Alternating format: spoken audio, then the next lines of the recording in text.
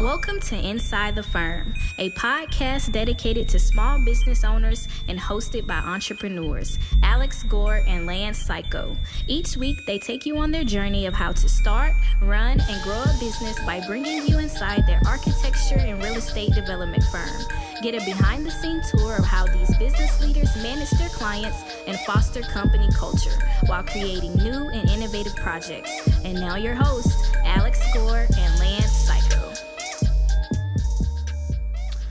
Welcome to Inside the Firm. Today, we have a very special crossover episode for you guys. We were recently on the Business of Architecture podcast with Enoch Sears. And so I think it's a third time we've been on that podcast. Enoch is a great friend, a great ally, and a great podcaster, and a great supporter of the architect community, as you very well know. So we encourage everybody who hasn't somehow listened to his podcast to go check out his podcast, The Business of Architecture, and also his courses on helping architects become better, building a better business. So, but before we do that, we have to thank some sponsors. So if you're still on the fence about going to trade shows in person this year, how are you going to keep up with the latest and greatest in architectural products? Introducing ArchCat Alert. Get the scoop in this weekly newsletter featuring leading manufacturers and their newest and best products. And since it's backed by ArchCat, you know you can begin by researching these products for free and without registration. There's also Architect, a curated newsletter for the most interesting architecture stories of the week. Check them out at archcat.com/ARCATECT. That's ARCAT.com/ARCATECT. Check them out. This podcast is also brought to you by yours truly /Alex over at RabbitRocketShip.com. If you have been teetering on the edge of going from AutoCAD, ArchiCAD, hand drafting, or you just want to pick up a new piece of software to learn on your own, go check out RabbitRocketShip.com, because that's where you get our honed template that we have honed in at our firm over 10 years now, that takes you to the next level and will make you more profitable. You know, we pretty much guarantee it will make you more profitable, because you are going to, if one of your hesitations is ever to learn Revit, to get into that, is that you have to create the new template, create all of the Legos, so to speak, for the buildings. We do that for you. It's jam-packed full of content, great content, and also the tutorials. The tutorials there will blow you away. They will get you up to speed in drafting as soon as possible, and you'll never, ever look back. I promise that. Also, if you have been considering making the leap, becoming an architect builder, Architect Plus builder, go to architectsguide2.com. That's architects, plural, guide2.com. So it's ARCITECTSGUIDETO.com. And check that out. Inside the Firm fans, you guys can use the promo code ITF to get 10% off your purchase there. And we will help you increase your revenue you need to take on more responsibility by becoming an architect to builder. Even if you're building your own house or building your own project, I guarantee you this will save you money. I guarantee it will be valuable to you. It is super helpful. We're really proud of it. So go check it out. There's a little preview if you go to Architects Guide 2. There's a little preview of Alex and me giving the intro on what it's all about. So check that out. And last but not certainly least, I wanted to tease a little bit about the Monday's podcast guest. So Lindsay Pritchard Fox, who is one of our co-hosts here at Inside the Firm, she runs her own firm. It's called Tiver, Tiver. It's actually Revit backwards, and I just learned that the other day. Apologies. But she has a great guest, and his name is Matthew Bird, and he's the president of LaserScan. He's the president of LaserScan, BIM, UAV, podcast host, Land Survey, California. He is fantastic. So he's the president of Nexus 3D Consulting. He does amazing work that's how Lindsay does a lot of her work and how she's so successful. So make sure you put it on your radar. If you haven't already subscribed on iTunes, SoundCloud, Spotify, wherever you can find us on your podcast app, check out that episode. We are excited to have Matthew Bird on the show. And without further ado, I've spoken long enough. Here is our interview on the Business of Architecture podcast with Enoch Sears. Today, I speak with Alex Gore and Lance Cayko of the Colorado firm F9 Productions. These guys also run a great podcast related to everything about running a firm. You can search for it inside your favorite podcasting app. Search for the name Inside the Firm.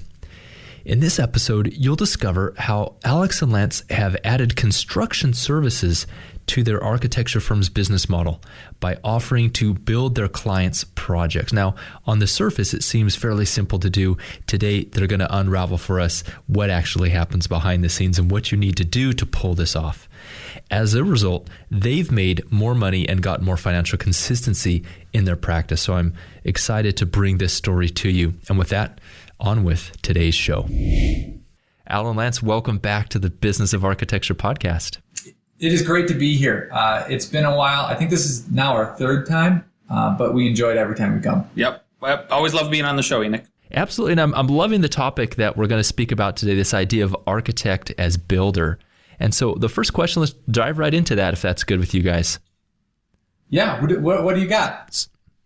So the first question is, what are the top 3 things that you each individually have learned and discovered in your journey as an architect builder? I'll let Al go because he has the steepest learning curve. Nice. Good.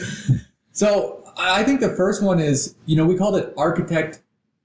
We're building a course. We've built a course to kind of convey our knowledge to everyone. And it's called Architect to Builder. And I think there's a distinction because a lot of people think design build. I'm going to be a design build firm. Mm-hmm. And we don't think that's the way to go. There's a key distinction between design build versus architect plus builder. And this is not just coming from us. We've actually asked, other people too and seen the ramifications. One ramification is one problem we see with design build firms is they rob Peter to pay Paul, meaning they're going to get all their fees during the construction end and they kind of skimp on the architecture end. And then sometimes those break apart because you're not doing your job as an architect, right? So all of a sudden that relationship breaks down and the client fires you. This has literally happened to projects that we've gotten. And then they don't want to give the drawings to the owner because they have a sour relationship. And now our architecture firm has to redraw everything. So how we approach it is, we're your architect first. We have this building knowledge. We'll apply it to your architecture. We might not even bring up that we're going to build it, but if it works out and if it's appropriate and we have a great client relationship, then we'll ask to bid it and then be your builder. So isolating those separately is huge. And so that's like one key distinction that I think that might be glossed over, because I think that term design build has just been around forever, right? But that's not what we're going to. But separately, now actually going through this journey, the knowledge of being a builder has helped us become better architects. Just every instance of what is happening on the field, how does that apply to the drawings? And then how does that apply to the clients has been a huge benefits, even when we don't, because the majority of what we draw, we don't build. The vast majority, we don't. And then the last part is it helped us become a better business owner, right? Not just an better architect, but a business owner. Because now those projects that we do extend, it's extending basically our safety net. It's extending our cash flow because a lot of people might pay for the design out of pocket. But once they get that, and let's say a recession hits, let's say something goes wrong in the family, it's not often, but those projects can die or go slow. And normally it's not that big of a timeline. Anywhere from 2 months to a year, but normally around 6 months. Once you get that build and it's funded, the money's there. It's not going away. The bank's not taking it back. And then you have a year. You have a year of cash flow right there once it's signed. Almost guaranteed. Like I would say the chance that it's not guaranteed is very rare. Yeah. Number one thing that I've learned is white collar is not blue collar. And I know that sounds obvious, but what I mean by that is the psychology of working with subcontractors who are blue collar folks versus what is primarily white collar in the architecture field.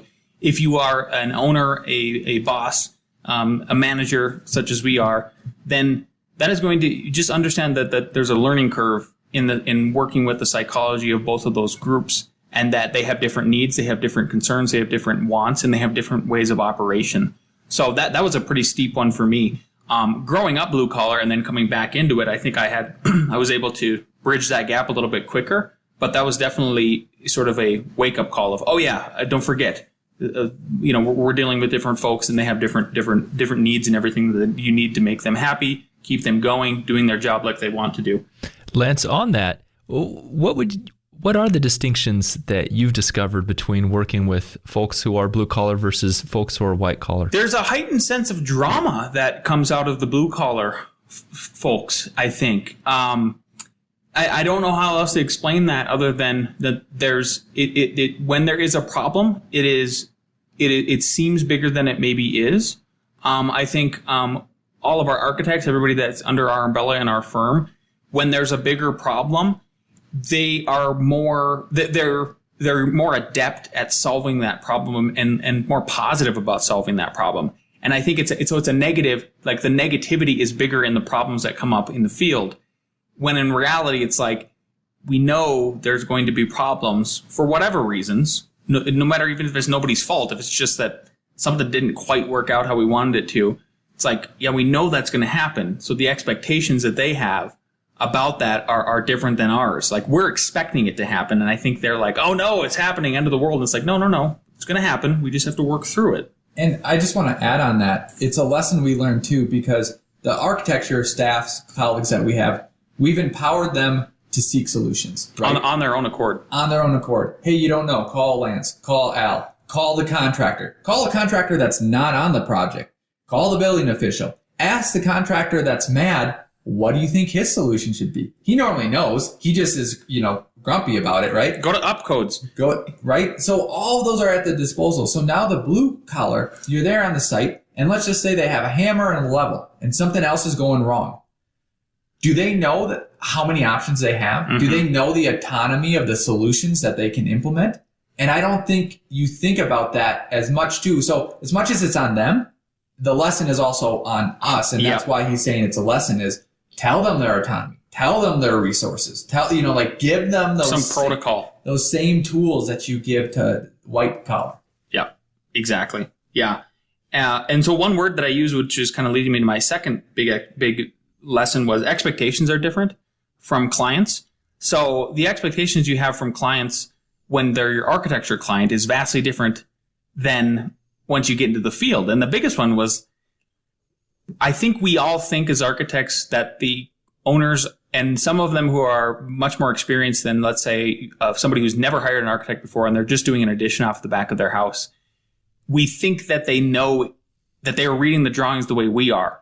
And their expectations of the space that's going to be built is already what we expect, because we're swimming in that all day long. So to see them actually have us, once we go to build that project, the walls get framed up and they're like, oh, well, I wasn't expecting that. It's like, oh, okay, all right. It's just another. And so the feedback loop with that has been really interesting to close up and then give it back to our architects and say, guys and gals, just so you know, when we put this portion up, maybe it was a vaulted ceiling or something, they were not expecting that. So we need to do a better job during the design phase of really walking them through the space as much as we can virtually, and expecting that they don't expect things. And so take that kind of surprise and mystery out of them. That was a big one for me. The last one would be listen to your subs.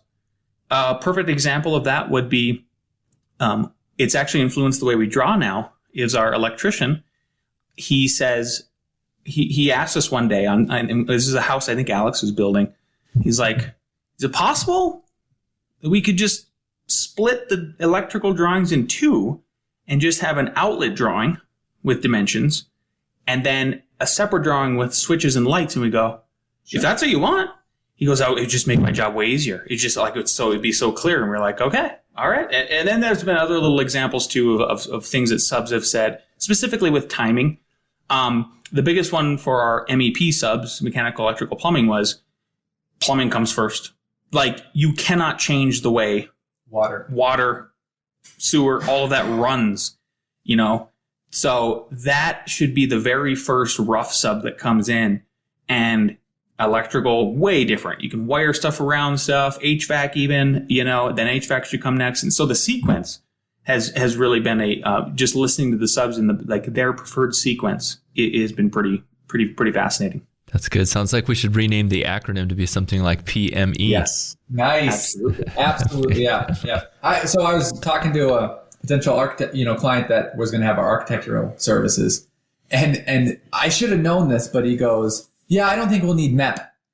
And nice. Because I always say MEP, and then I finally had to go, what do you mean by MEP? Like, I want to make sure I'm not misunderstanding it. He goes, oh, mechanical, electrical, plumbing. I go, oh, okay, I do know what that is.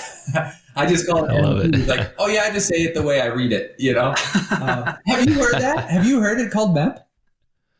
Never. That would be a first. I've never heard anyone call it MEPs. Just generally, I've always heard it, and I've heard it spoken before I ever saw it written anyways. You know what I'm saying? Yeah. Yep. Mm-hmm. Because it's rare that I see that written together as, MEPs. Yeah. Anyway, so let's jump on to some mistakes, right? What are the 3 biggest mistakes that people should avoid, architects should avoid, if they want to go down the road as a builder? Yeah, I'll go first. The first one is, and Alex kind of already talked about this, but it was, don't make it a package deal. Meaning, don't make it a package deal if they're bidding it like it's all or nothing. Really present yourself as, I'm an architect plus I'm a builder. And the plus is, I bring a whole wealth of knowledge that other architects, a lot of other architects, most of other architects, they aren't builders as well, can't help you with. I can, so it's an additive, I'm adding value without you having to spend any more money. And really present it, and we go through this in the course too, like some simple sales tactics, ones that we found that worked, of how you flip those architecture clients, the ones that make sense to you, the ones that you vetted, the ones where you actually really want to actually build this project that you've been working on for, however many months. And going through that sequence and presenting it that way, because it's like what Alex talked about earlier. If it's all or nothing and the relationship sours, it's going to be a really dirty breakup. And you just don't want to get into that. So you're sort of playing this dating game throughout the architecture project of getting to the point of hopefully being the plus builder part of it. Second one would be, don't promote. If you're going to combine it or do the plus effect, however you tackle that is, don't promote yourself and promise that you're going to have this giant cost savings. I think you do need to say, well, it's okay for you to present it of, we will make cost-effective solutions and still, have this beautiful piece of architecture. But just because we're combining both things doesn't mean it's any less of my job as a contractor. I still have to do the same amount of job and time and effort and coordination and all of that as a general contractor would. But don't think we're getting a discount on services. If anything, what it is it's a plus for the client in that there should not be too many misinterpretations, if any at all, of the drawings, because clearly we've drawn them. We could basically build this in our sleep. The cost savings might actually come in like, you're not going to get any, hopefully, change orders from us. And that's been a pretty big plus for us so far, is like, we aren't usually having to send any change orders to anybody, hardly. We might dip into the contingency a little bit, but that's pretty normal. And the last one would be, what did I write here? Building every time you can.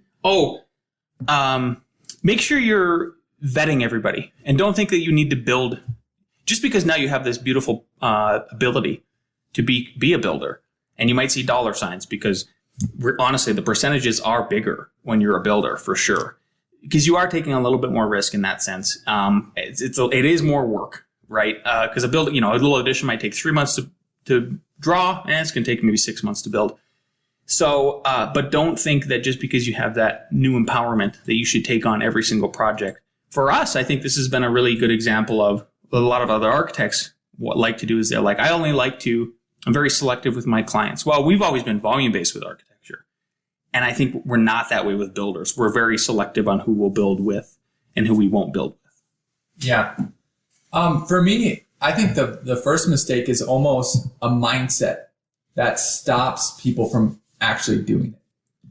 So meaning, I used to think this back in the past too. You need to know how to do everything. I think that's wrong. Like when you are the contractor, that's actually not your job. It's not that isn't important, but that's to learn the how. It's better to have just-in-time learning. Meaning once you get it and you're going through those, you are learning from your subs, you're learning from YouTube, like immediately while it's happening. Doesn't mean you shouldn't have an idea of how things go together and all that, but I think everyone focuses on that. I need to know how everything is put together. And it's actually kind of ridiculous because there's different subs for different reasons. So the biggest mistake is people need to focus on what to do, when to do it, and who's going to do it. And there is so much complexity in that is where you need to focus. And if you aren't focusing there, you're going to make the bigger mistakes than it. You're going to make the bigger mistakes because you're focusing on how and not the W's, the what, who, and when to do it. The second one is just that concept of robbing Peter to pay Paul, right? Either, like we said, you're taking construction fees and you're applying it to architecture, or giving them a lower price, like Lance was saying, to guarantee. How we do it is once you are done with the architecture client and it works out, you're guaranteeing your profit later, right? Mm-hmm. The mistake would be trying to rope them into a design build when it's not appropriate, essentially. And then the third is... Could you explain that point, Al, a little bit more? Yeah, so I think they're trying to guarantee their profit when you're a design build firm, like at the first time when you do a contract, right? But their main money source isn't coming until the end. So they're robbing, the feedback loop is too large then. Mm-hmm. And then they're chasing their tail in the design phase, essentially. And then the third one is, let's say you're going to do architect plus builder. You really have to have the distinction between, am I a builder? Am I actually doing physical work? Or am I a manager? And the right answer is you are a manager, right? Mm. So we learned this when we were building this 8-plex. The only reason this worked out is because we had two of each other, to save. So Lance was being the manager. But then all of a sudden we needed more production work. Well, Lance called me, Lance is the more productive builder. Okay, so Lance is going to now transition and do that building work. What does that mean? He can't manage things, right? It is so interrupting to be trying to do stuff and then being asked questions all the time, right? So then I was the manager for that. And then that actually helped alleviate and solve that. Literally, like, if I wasn't managing, I was like sweeping, moving materials to people, like holding up a door while they screw it in, just nothing, right? But it's key to know that is extremely, extremely valuable. So much so that we now that we've expanded, we have a crew. And one of the managers was basically saying hey, I get interrupted all the time, going through these problems. And then also one of the big things was, I told him, you have to have the task ready for your crew so that they can do stuff like on Monday morning, you have to be ahead of them. And he said, that's not always possible, Al. And I go, time out.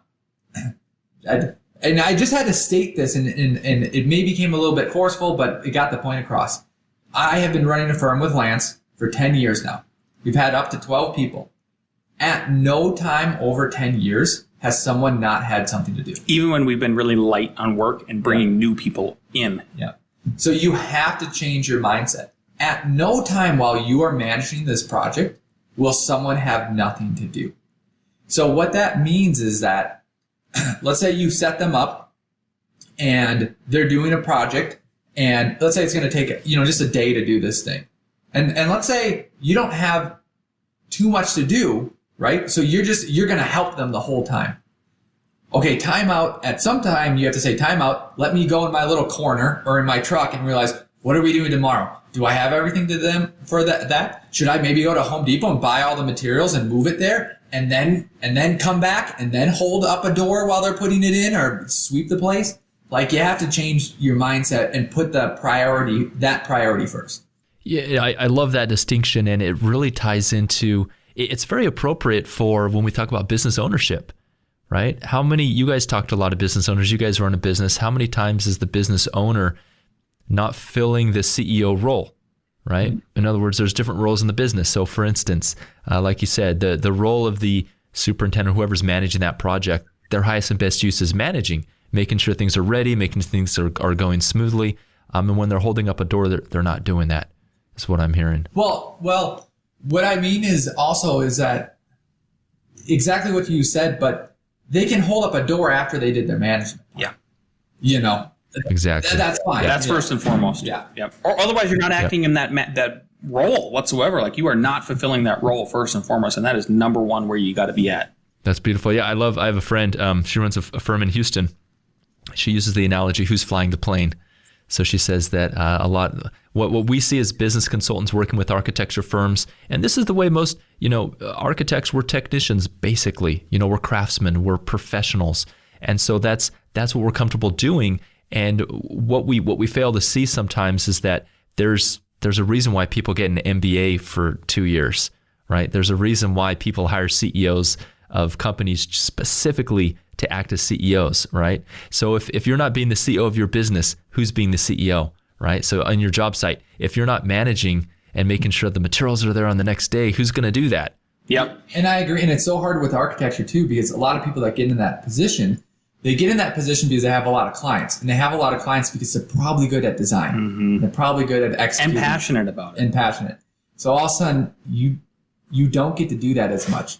You have to do something else, or else your firm will flounder. Yeah, I think that's a really good, not to get too far off track with that, but I think it's a really good point that we shouldn't just gloss over. Is that's a really harsh reality that I think a lot of sole practitioners need to address when they get to that point in their career of, do I really want to expand?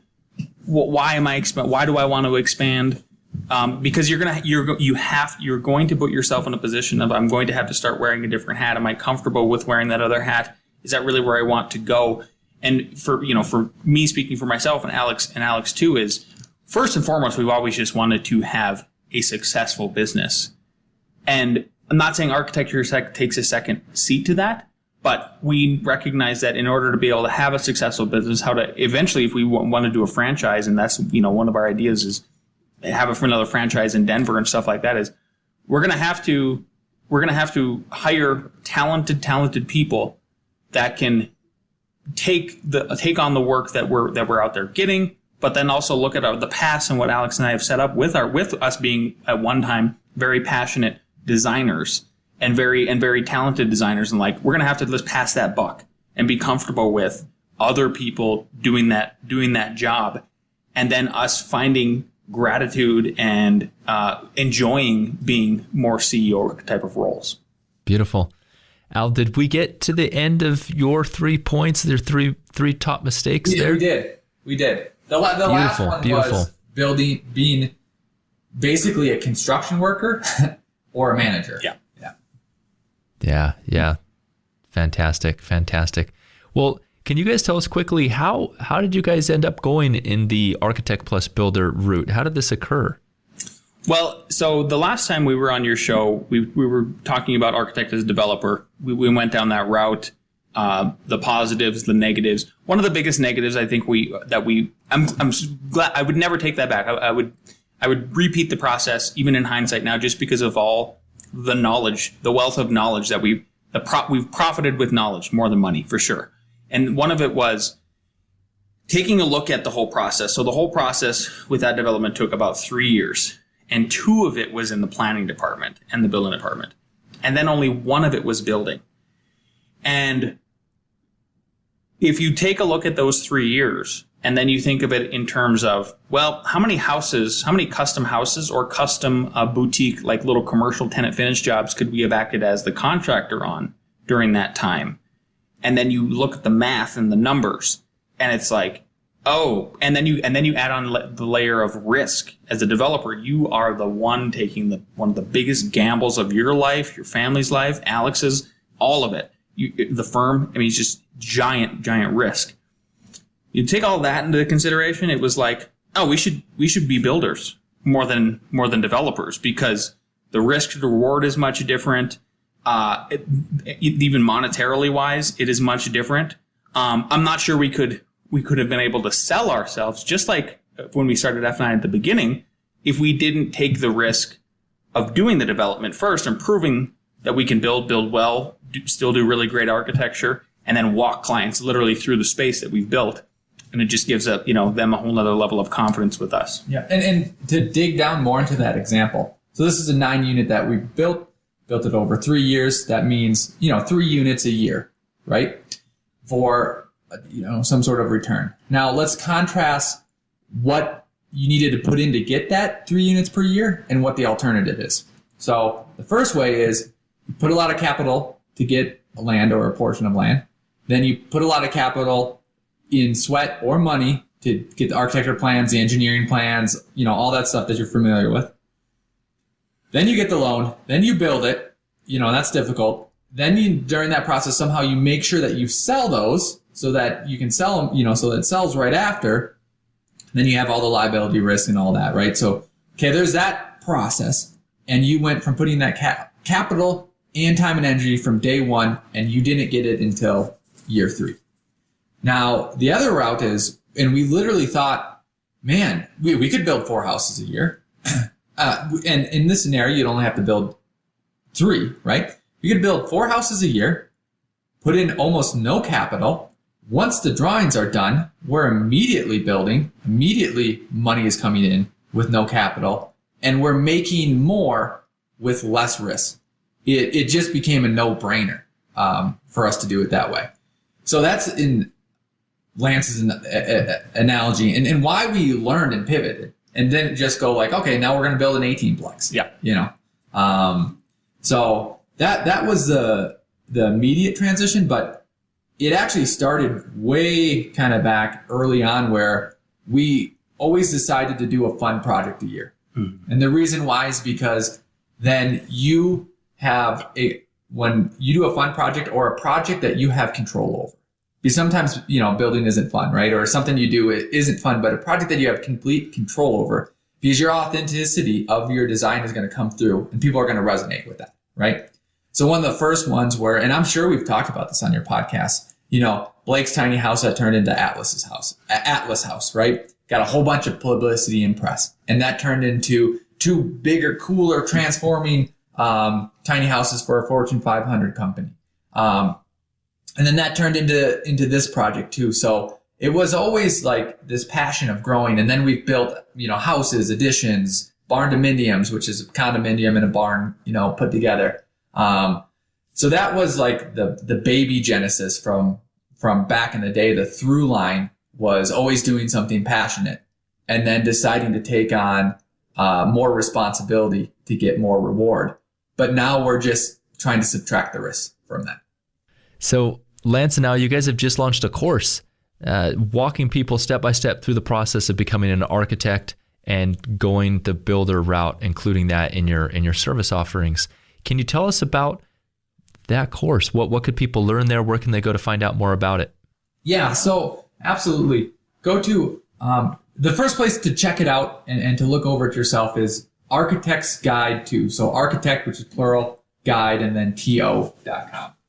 So after we learned all these lessons, and some of them like the brutally hard way,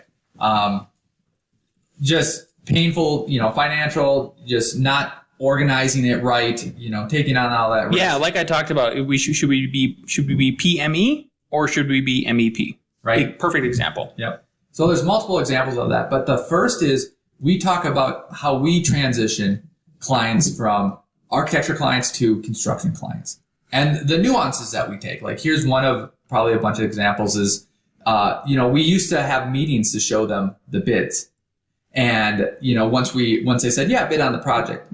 And we just got a lot of, it was not awkward. It was just a little bit tense. And so we would ask our other contractor friends, like, what do you do? And they go, oh, no, we don't do that. That's dumb. We don't go line item by line item to show them exactly how over budget everything is because lumber's went up 250% since June. So he said, we put it together and we send the email at Friday on 5 p.m. And then they get mad at their own time. Then they have their own drinks at night. And then they have 2 days to calm down and realize maybe they came up with their own solutions. And then you have a conversation on Monday, right? So that transitioning from, architecture client to building client, and then how you can use those building clients too to also help your architecture firm, right? Mm-hmm. And then how to set up a project. Because I talked about that, what, when, and who. So what's the structure in place to set up a project for success? And there's scheduling, there's inspections, there's draws, all that stuff that you might not be familiar with. And that was a huge thing too, because, Lance did the draw process first and then, I did it second. But just us being able to show you, this is what it's like. This is what the inspection sheet is like. Just that first introduction so that you can build that scaffolding. So you're just not running around not knowing what to do, having no confidence. The whole course is based on giving you clarity. If you have clarity, you can make better decisions, right? And one of the things that we learned while we were building this a couple months ago is, we were fortunate enough to open up our firm's Revit resources in a course that we teach, Revit Rocket Ship. And one of our principles was model like it gets built. Again, like decreasing this feedback loop. And there's a whole bunch of reasons of, how we structured our template and our training so that you have the confidence and clarity once you go out onto a job site that you modeled it right so that you aren't razzled, that you did a good thing and you can operate out of clarity, right? But when we were doing this, we thought, well, how do we take that same example and apply it to construction? So Lance and I knew we were going to build this course. We were, filming it. I was talking to different builders. I say, hey, send me your bid sheet just so I can look over it, just so I can see that I don't miss anything. So we got multiple ones of that. We've dealt with different banks, right? They've sent ones. And then all of a sudden I go, this is wrong. Mm-hmm. All these are wrong. And obviously, they don't think it's wrong. And it's the same sense of how we model in Revit, I think is right. Other people don't do it that way, but there's a real value in that. So how I transitioned it is I'm going to take all these things that are in CSI formats or bank formats or, whatever, and I'm going to mimic construction, mimic how it gets built. So it's going to be in the sequence. So you have your foundations and excavations, and there's different steps in there. You have your framing and roofing, and there's different steps in there. There's plumbing, there's rough plumbing, there's finished plumbing, and then there's plumbing fixtures. They're all in different stages. So instead of just having plumbing, like, oh, I got a plumbing bid, I'm good to go. I'm totally safe. I got a plumbing bid. Oh, did that include all your fixtures, or did you have a line item on that? Oh, I have a foundation guy that's going to do the foundation. Is he doing the excavation or not? Or are you going to somehow take a $20,000 hit or try to get that out of the client that somehow you just convinced them that you are competent in what you're doing and you're coming immediately with an error, right? So laying it out that way is a learning process so that you know the sequence, but then it's a check. I got this bid. Oh, I can break that out into these different things. I can take the spreadsheet and just sort it by plumbers and say like, oh, I'm missing like 3 items that I would have discovered in the future that would have been a headache, that would have been caused me anxiety, made me lose money. Now I can solve that essentially right away. And then, so it's that. And then it's, okay, what do you need to do to actually be a builder? So now that you've gotten the client, you've prepped it all the right way, you know the sequence, you know kind of how it's going to go. What licenses do you need? What insurances do you need? Here's an overview of the contractor's test. Here's some tips for that. How to manage all that, how to actually set up that business right too. And then there's some bonus interviews from other builders. And one of the things I learned too when I was talking to these other builders is a lot of times they had a guide. Their dad was a builder. Their uncle was a builder. Their one of their best, like their friend's dad was a builder and they just, followed him. And we thought that since we started this firm and we started it basically by ourselves, and we were looking for guides, and they were so valuable to us. Like, one sentence I remember from one of my, mentors' quote guides was, "Caused my anxiety and level to go way down because I just didn't know," right? So, this course has a price, but the value that you get for it is easily going to be tenfold. And for people who don't have that guide, in the middle of nowhere, or they're just trying to do it themselves, that's also one of the main reasons of why we made this. Is you're going to be the one doing the work, but hopefully we can be the guide and show you those dumb lessons that really caused us. So all of a sudden yours goes so smoothly that we want you to say like, "Oh yeah, it's not even that hard." And we'll be like, "Good. We did our job." Yeah. We did our job. Because I feel like some people at our staff, they realize years and years later, like, "Oh, other people are doing it the wrong way. I didn't realize that, now I understand why we're doing it this way. I'm so glad I didn't have to do this terrible process this whole time." So we'll let people know where to find that course. Congratulations, you guys, on really making that resource available to people. And, we always tell people here on the podcast that the quickest way to get from point A to point B is to follow in the steps of someone who's done it before. Because one thing that we tend to forget is that there's a cost of not doing things the right way, right? And people usually, they see the cost of everything but the value of nothing. But I look forward to hearing some feedback from our listeners that decided they want to find out more about this. And thank you guys for being on the show today to share with us your journey and this possibility of pairing up architecture with actually getting into the building. You guys are doing it, making an impact, and we appreciate having you here on the show today. Yeah, well, as always, thanks for having us on, Enoch. And in summation, I think what I would just echo or repeat is that one of our main goals with this is we always just give and give and give, especially through our podcast Inside the Firm, is that we just are trying to help architects become not only better architects, but with this, take back that master builder role and really start to take full ownership and reap the rewards, not only financially, but personally, professionally, knowledge-wise. That's our goal with this, is just to help architects in every way that we can. And that's a wrap.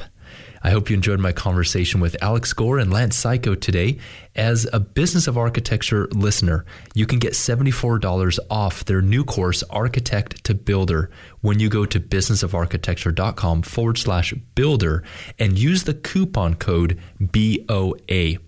In the Architect to Builder course, you'll learn everything you need to know about adding construction services to your current offerings, from how to win the client and guarantee a profit, how to manage draws, manage a crew, and even manage the subs.